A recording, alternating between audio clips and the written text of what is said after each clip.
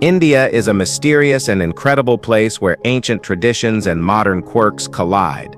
It's a land of vibrant food, electrifying music, unrealistic movies, mesmerizing art, and unforgettable people. But just like any corner of the world, India has its own brand of bizarre. Imagine a temple crawling with rats, worshipped, not feared, a post office that literally floats on water, and an entire village where people don't just talk, they whistle. Well, we're diving into all that and way more today because these are 15 super weird things that happen only in India. Number 15. The Temple of Rats. Well, this may feel a little weird, but it's totally fine in India. In Rajasthan's Kum Mela temple, rats aren't pests, they're sacred. Thousands of rodents roam freely across the temple grounds, and devotees treat them as blessed creatures, offering them food and sharing space without fear. Some believe these rats are reincarnations of the goddess Kum Mela's followers, so feeding or respecting them brings good luck. To normal visitors, the sight can be overwhelming. Rats scurry underfoot, climb over offerings, and sip from communal bowls of milk. Hygiene isn't exactly a top concern here, but for the faithful, it's an act of devotion, not disgust. Spotting a rare white rat among the thousands is considered especially lucky. The temple also draws curious tourists who come more for shock than spiritual enlightenment, often leaving stunned by what they experience.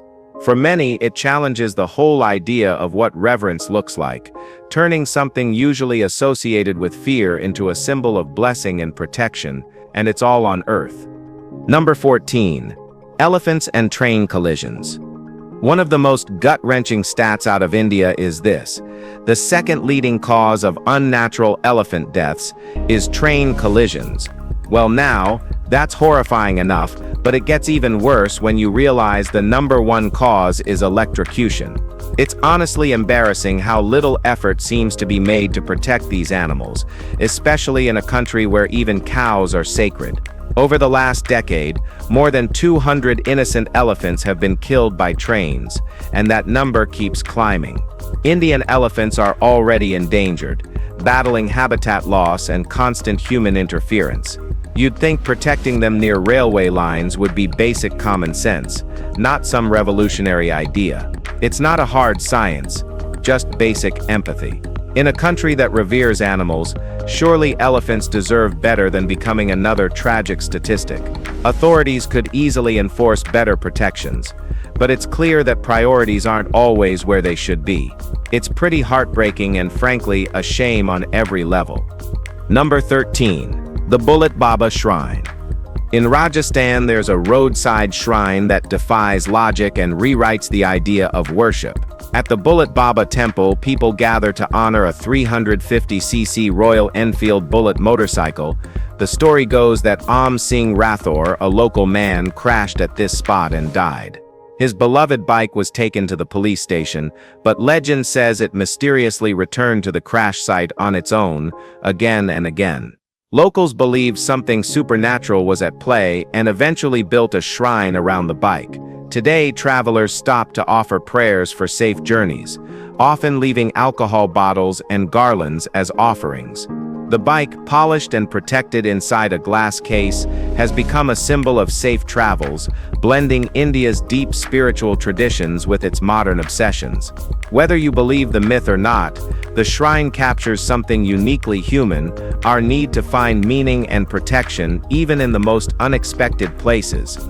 And let's be real, it's India and anything can be possible. So why not pray to a motionless motorcycle? Number 12. The floating post office of Dal Lake. In the picturesque region of Srinagar, Kashmir, you'll find a post office unlike any other floating peacefully on Dal Lake. Housed in a traditional Kashmiri houseboat, this post office is fully functional, handling daily mail for locals and offering special services for tourists. It originally dates back to the British era, but in its current form, it was officially inaugurated in 1970 and modernized in 2011 to keep pace with the times. Inside, there's a split setup. One room serves the standard postal operations, while the other acts as a mini museum displaying rare stamps and postal memorabilia. More than a quirky tourist attraction, it stands as a symbol of resilience and innovation, serving communities that live half their lives on the water. In a world obsessed with speed and digital everything, the floating post office remains a peaceful nod to slower, tangible connections, a piece of history bobbing gently on the lake's shimmering surface. Number 11. Living root bridges. In the hills of Meghalaya, bridges aren't built, they're grown. The living root bridges made from the aerial roots of the Indian rubber fig tree stand as living proof of human patience and ingenuity. Villagers have, for generations, trained the roots across rivers and streams, creating strong, self-sustaining structures that can last for centuries. These aren't casual weekend crafts. Shaping a bridge can take 15 years or more, but once formed they thrive, even withstanding the pounding monsoon rains. Some stretch over 250 feet, winding through dense rainforest like something out of a fantasy novel. These natural marvels don't just offer safe passage, they're eco-friendly solutions to infrastructure that grows stronger over time. Beyond their practicality, the bridges support biodiversity, helping stabilize soil and hosting entire micro-ecosystems. Today they're celebrated as cultural treasures, and India is pushing for UNESCO World Heritage recognition to make sure these living monuments to patience and skill are protected for future generations. Number 10. The third gender. The Hydra community holds a unique and ancient place in Indian culture. Recognized as a third gender, Hydras have existed for thousands of years, long before modern conversations around gender even started. Traditionally, they were deeply respected, playing key roles in ceremonies like weddings and childbirths, where they were believed to bring blessings and good fortune. Ancient Hindu texts even reference them, and during the Mughal era, Hydras held positions of influence in royal courts. But British colonialism crushed much of that status, labeling them as criminals, a stigma that still lingers today.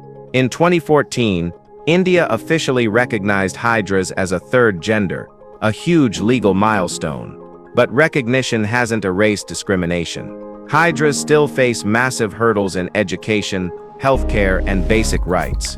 Progress is happening, but it's slow and often requires Hydras to jump through exhausting bureaucratic hoops just to have their identities legally acknowledged. Their fight for dignity, autonomy, and full acceptance is far from over. Number 9.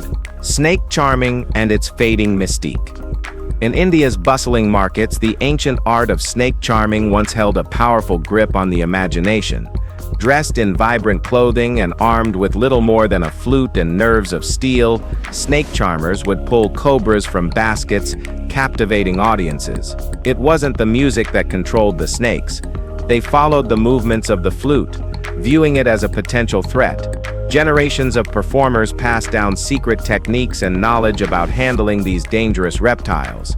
But times have changed. Modern animal rights laws and conservation efforts have clamped down on snake charming, recognizing the toll it takes on wildlife. As protections for snakes have tightened, the once common sight of a charmer in the street has nearly vanished. While the nostalgia lingers in folk stories and old movies, the reality is clear: the age of the snake charmer is fading. The mystique lives on, but the performances have mostly become memories in a rapidly evolving India. Alright guys, now, let's head over to number 8. Kum Mela. Well now, this one is pretty famous. Every few years, millions converge at India's sacred rivers for Kum Mela, one of humanity's largest spiritual gatherings. The sight is overwhelming. Crowds stretch farther than the eye can see, creating temporary cities of tents, fires, and endless processions. Believers come to bathe in the holy waters, seeking spiritual cleansing and renewal. Each location, whether it's Prayagraj, Haridwar, Ujjain, or Nashik, carries deep mythological importance, linked to the ancient battle over a pot of divine nectar. The festival isn't a simple weekend event either. It spans weeks, drawing in monks, yogis, everyday families, and curious visitors. Watching it from satellite images almost seems surreal, swirling, colorful masses of humanity, all moved by a shared belief in transformation.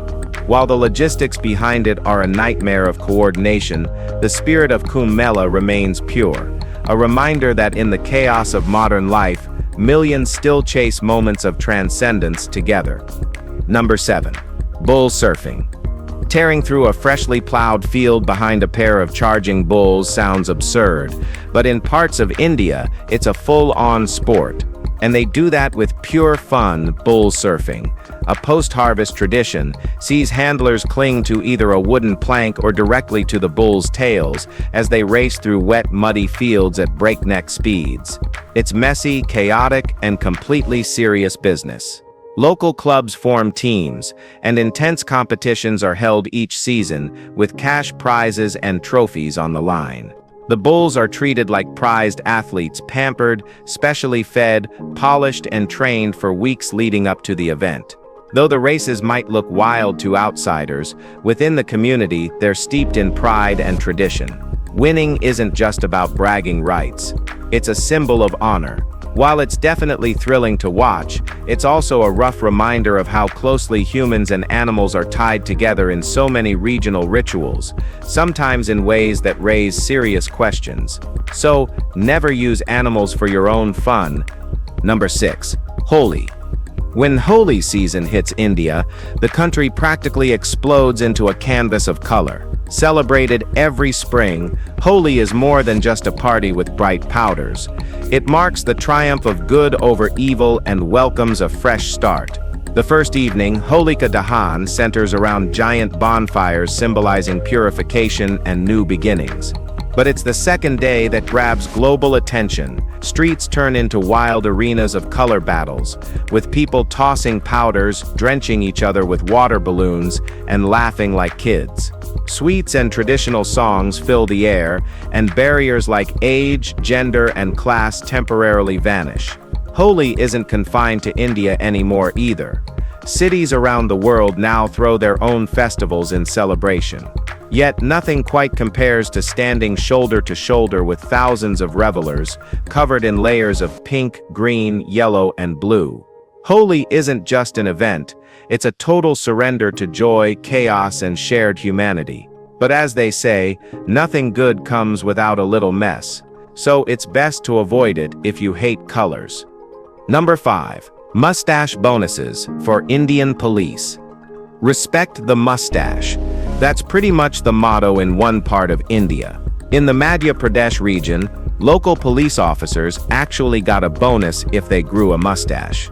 Yeah, real money, 30 extra rupees a month. Well, that's not much, but they're happy with it. Now here, the logic is simple. Apparently, mustaches supposedly made officers seem more authoritative and boosted their image in the community. A district police chief even claimed that mustachioed officers had better personalities and were more respected by locals. Wild, right? Growing facial hair isn't exactly a skill, but it turned into a legit career booster for some lucky officers. After the bonus scheme kicked in, at least 10 officers signed up for it immediately, and that number kept growing along with the facial hair. In a world where serious performance metrics usually decide pay bumps, these guys literally got rewarded for skipping the razor. Maybe it's quirky, but if it helped cops connect with communities and command more respect, who's complaining? Number 4. The street barbers of India. Not every haircut needs a luxury salon. Across India, you'll find barbers setting up simple shops right on the sidewalks, often tucked under trees with nothing more than a chair, a mirror, and a few tools laid out on a table. They don't need fancy branding or slick marketing, just a sharp blade, a steady hand, and word of mouth. These street barbers offer more than just trims and shaves. They become community anchors where locals chat, share gossip, or even confess their worries. A haircut here isn't just about looking fresh. It's part therapy, part ritual. Customers sink into the chair, trusting the barber not just with their hair, but sometimes with stories they wouldn't share anywhere else. Despite the casual setup, many of these barbers have years of experience and skill that rival anything behind a glass storefront. For them, the sidewalk isn't a limitation, it's a space where connection, tradition, and craft collide. So, will you try that? Number 3. Elephant blessings in Indian temples. Across Tamil Nadu, Temple elephants remain a fascinating if controversial tradition. These majestic creatures, trained from a young age, offer blessings to visitors by gently tapping their trunks on people's heads. While the spectacle attracts a lot of admiration and tourism, there's an undeniable tension behind it. Indian elephants are critically endangered, and using them for religious ceremonies blurs the line between reverence and exploitation. Despite their cultural significance, concerns around their living conditions, training methods, and overall treatment are loud and valid.